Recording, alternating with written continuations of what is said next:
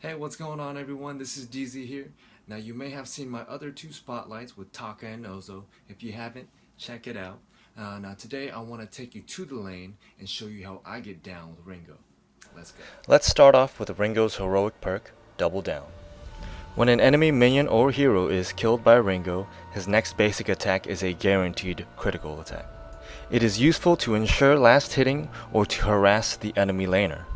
You will see little red dice on Ringo's head to signify that the perk is active. Ringo's A ability, Achilles Shot, is a long-range ability that slows the target and does damage. The higher the rank, the stronger the slow. I will max this second and take its overdrive. An important note about Achilles Shot is that it is an auto attack reset. After a basic attack, using Achilles Shot will allow you to perform a very quick basic attack after the ability. In this clip, I use Achilles Shot in two different ways. I pick up some boots to help rotation speed, and I catch up to my allies. I use Achilles Shot to slow Fortress, so my team and I can catch up to him. After a brief skirmish, Fortress is on the run, and he is out of my auto attack range, but my Achilles Shot has a total of 8-meter range, long enough for the last hit. Ringo's B ability, Twirling Silver, increases movement speed and attack speed for 6 seconds. It acts as an auto attack reset. I also use this to chase enemies, run away, dodge skill shots, or just use it to ramp up my DPS. I will max this ability first and take its overdrive. Ringo's ultimate, Hellfire Brew, is a long-range ability that acts like a heat-seeking rocket with AoE splash damage and a damage over time burn. While going Crystal Power, the damage is absolutely devastating. I will max that when I can. But since I mainly go Weapon Power, the damage is just mediocre, and I only take this to 2 ranks. Because of the very long windup, I rarely use this mid-fight. I only use it as a safe initiation or when the enemy is fleeing. Here are some examples of combos I like to use to maximize damage output on Ringo. Keep in mind, both Achilles Shot and Twirling Silver are auto attack resets. I will lead with an auto attack, then Twirling Silver into an Achilles Shot, and another auto attack. At this point you have boosted movement speed while they are slowed. For my full combo against this Scarf, I lead safely with my Hellfire Brew, I dodge his skill shots, then use an Achilles Shot to slow him, and Twirling Silver to chase him, all while he is still getting burned by Ringo's ultimate. I'd like to share with you my favorite build on Ringo. It's a 100% critical rate Ringo. Take advantage of Ringo's attack speed and mobility together with 100% crit rate, and you can wreck heroes and turrets. My starting item is going to be either a Weapon Blade for a normal start or a Book of Eulogies for when I get into a bully lane, for instance a Saw. After my first back, I'm going to pick up Boots. The faster you can go back to farming or rotate down to help your allies, the more gold you will get. I will rush a Sorrow Blade and then a Blazing Salvo. After that, I will rush my first Tyrant's Monocle. If I need to kite my enemies more, then I will buy a Tornado Trigger before getting my second Monocle. When building these items, I will always put a priority on the items that give you more critical chance. For defensive items, you will only need one. I will always get an Aegis. I use it to defend myself from enemy crowd control, and I also benefit from the defensive stats that it gives me. For boots, my recommendation for you is to always have better boots than your opponents. You want to be able to kite the enemy easily, and better boots will help you tremendously. If the enemy has a strong crowd control, dive composition, get Journey Boots. If not, stick with the Halcyon Chargers. The energy recharge and cooldown reduction is very helpful for Ringo. Keep in mind with this build, you are nearly a glass cannon. You need to play very safe. Always stay behind your turrets or your allies. In the Halcyon Full, there are counters to every hero. But in the end, skill and teamwork is always more important than the matchup.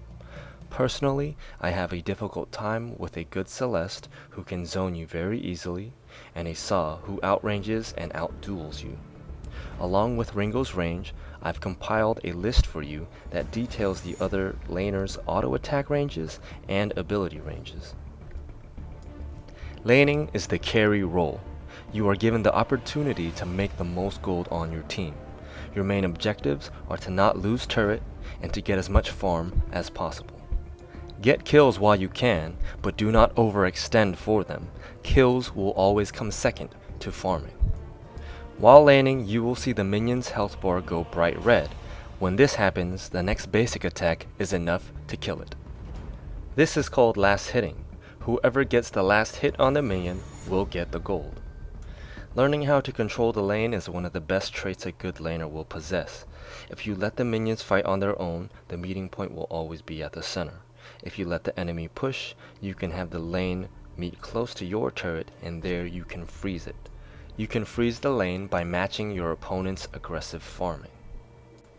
When you freeze the lane just outside of your turret range, it will force the opponent to overextend if they want to farm. It will leave them vulnerable to easy ganks. As you can see, the scarf overextends and the glaive easily knocks him back into the turret, and we get the kill. If the enemy laner pushes very hard and forces you to farm under turret, this is how you deal with the situation. In the early phase, at max HP, the caster minions will need 1 turret shot and 1 auto. The melee minions will need 1 turret and 2 autos. The large minions are going to need 3 turret shots and then 1 auto. While laning, you need to be aware of the map and of ganks. You can't always trust your allies to drop scout traps for you, but you can remain safe if you do not overextend. I made a little chart to help you identify the enemy jungler's crowd control ability ranges. Knowing this lets you know where your safe zones are. I was also nice enough to make a chart of the roamer's ability ranges. Pause it, read it, learn it, live it, and you probably won't die as much. If you are overextended, make sure you or your roamer drops a scout trap at this spot. This gives you enough time to get the hell out when you see the enemy coming. Because I know there is a glaive, I do not want to farm past the center or below the mid section. Since I was very cautious, the enemy gank failed. In the event that you push further than intended, stay in the safe zone and try to poke the enemy hero to grab minion aggro and reposition them so that you won't have to overextend to farm. While in a lane skirmish, stay back and focus on farming. Let your teammates do the initiating. Follow up, but always stay behind them, and try not to miss any farm. As the lane carry, you will be bringing about 60 to 70% of the team's damage. If you die, so does the team. Stutter stepping is an advanced mechanic that can potentially increase the number of attacks by 18%, all while on the move. To stutter step, you can see me attack the Kraken, and then I start to dance around him while attacking much faster. I target him while in auto attack range, and then I tap away immediately. After I see Ringo's bullets fly away, then I tap back to the Kraken and repeat the process. Doing this, you are essentially getting rid of the wind down animation. For a more complete guide on how to stutter step, check out Shin Kaigen's tutorial. It helped me a great deal. The best tips I can give you as a marksman are 1. Positioning. Stay behind allies and away from enemy crowd control range. You cannot risk getting collapsed on by the enemy team. You are too squishy to live if that happens. 2. Focus. The general rule of thumb is to not focus the tanks. Everyone should know this. Don't waste cooldowns on the tanks either. Make sure your allies focus the jungler or the laner. Once they initiate, be sure to target the same enemy. This makes killing them much faster. The laner, being the squishiest, is also a prime target. As a full crit Ringo, you can normally take down the laner single-handedly if you catch them overextended. 3. Crowd control cooldowns. Pay attention to the enemy abilities that have been activated mid-fight. Once you see the heavy crowd control used, it is okay to jump into the fray. And as a side note, all of the footage you will see is going to be in the tier 7 elo. At the start of the fight, Cruel uses his ultimate. I do not have to worry about it at all. He heads straight to me, but I hit him with Achilles shot and I use Twirling Silver to stay away from him. As he rejoins the fight, I follow him and chunk him on the way. I then focus the glaive as he is weakened and focusing my Catherine. Lastly, while Catherine and my minions take turret aggro, I sneak back and take care of the scarf. We get the ace, and then we take the turret. At this point, my Ringo is sitting at 70% critical rate. In the next team fight, my team is caught in the jungle. I rotate down to help. Skye is slippery and one of the best duelists in the game, so we all do a great job of focusing her down. The Arden is next. He is low health, and I kite him to death. And then I rush over to finish off the Vox. When you get an ace, take advantage of the situation. You can take as many objectives as you can without the enemy contesting it. Now it's time to put the carry pants on. My teammates are struggling, but because I am doing well enough and going for the crit build, I know that if I can get to late game, I can take out objectives and enemies with blazing speed. At 21 minutes, I have a weapon infusion and a full crit build. I hit turrets for about 370 a hit. The Skye has an Aegis and takes 420 damage a hit. The Fortress almost 300 a hit with a coat of plates and a kinetic shield. The Cruel has a kinetic shield and a damn metal jacket, and he still takes 220 a hit. Finally, the Vayne is going to take 900 a hit, and the Kraken is just there for decoration. Even though my team was struggling early, I didn't rage or spam pings. I kept my head in the game and stuck with my team. In the end, they peeled for me enough to win. At the start of this clip, I know a fight is bound to happen, so I buy a weapon infusion. Before this fight even starts, I have two threats that I always need to dodge. Glaives, Afterburn, and Cruels from Hell's Heart. I need to stay behind my allies and play safe. Here, I shoot and back off as I try to bait the Glaive into using his Afterburn. When Glaive uses his Afterburn, I am already too far for him, and he knocks me away from his team. Now I anticipate Cruel and his ultimate. The Cruel and Scarf collapse on me, and I need to run. Where do I go?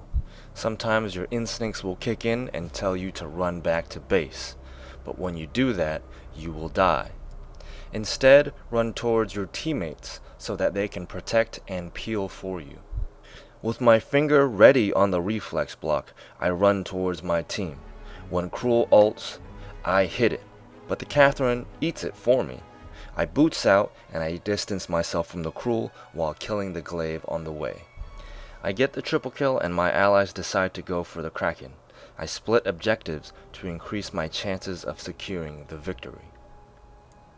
I have at least 40 seconds before any of my opponents revive, but at 100% crit, I know I can do this in 30 seconds. Ringo becomes an objective killing machine with this build. This build is very expensive, but if you farm well and don't die, you can finish this build without any problems. In this game, it only takes me 16 minutes for 100% critical rate. Hey everyone, thank you so much for watching till the end of my video. If you liked it, give me a like. If you learned something, subscribe, because you're going to keep on learning how to get good at this game. Super Evil Megacode has given me 2 Phinn Skins to give away to my viewers. All you need to do is give me a thumbs up and subscribe, and I'll put you into a raffle. Now if you're also part of the group that's already subscribed to me, I'm going to give you an extra chance in that raffle. Likewise, if you've commented on my videos through YouTube, Vainglory forums, or Vainglory Reddit, I'm going to give you an extra chance there as well. It's those of you who have said, hey Dezey, that was dope, I want more. That motivates me to keep on putting out videos like this. My next video, I've narrowed it down to Skye, Scarf, or Arden. Those are 3 heroes right now I just absolutely kill it with, and I want to help you do the same. You'll be able to get a chance to win more fantastic skins. But in the meantime, you can catch me on Twitch at the Don Dezey. Thank you so much for watching once again, and I'll see you all on the Halcyon Fold.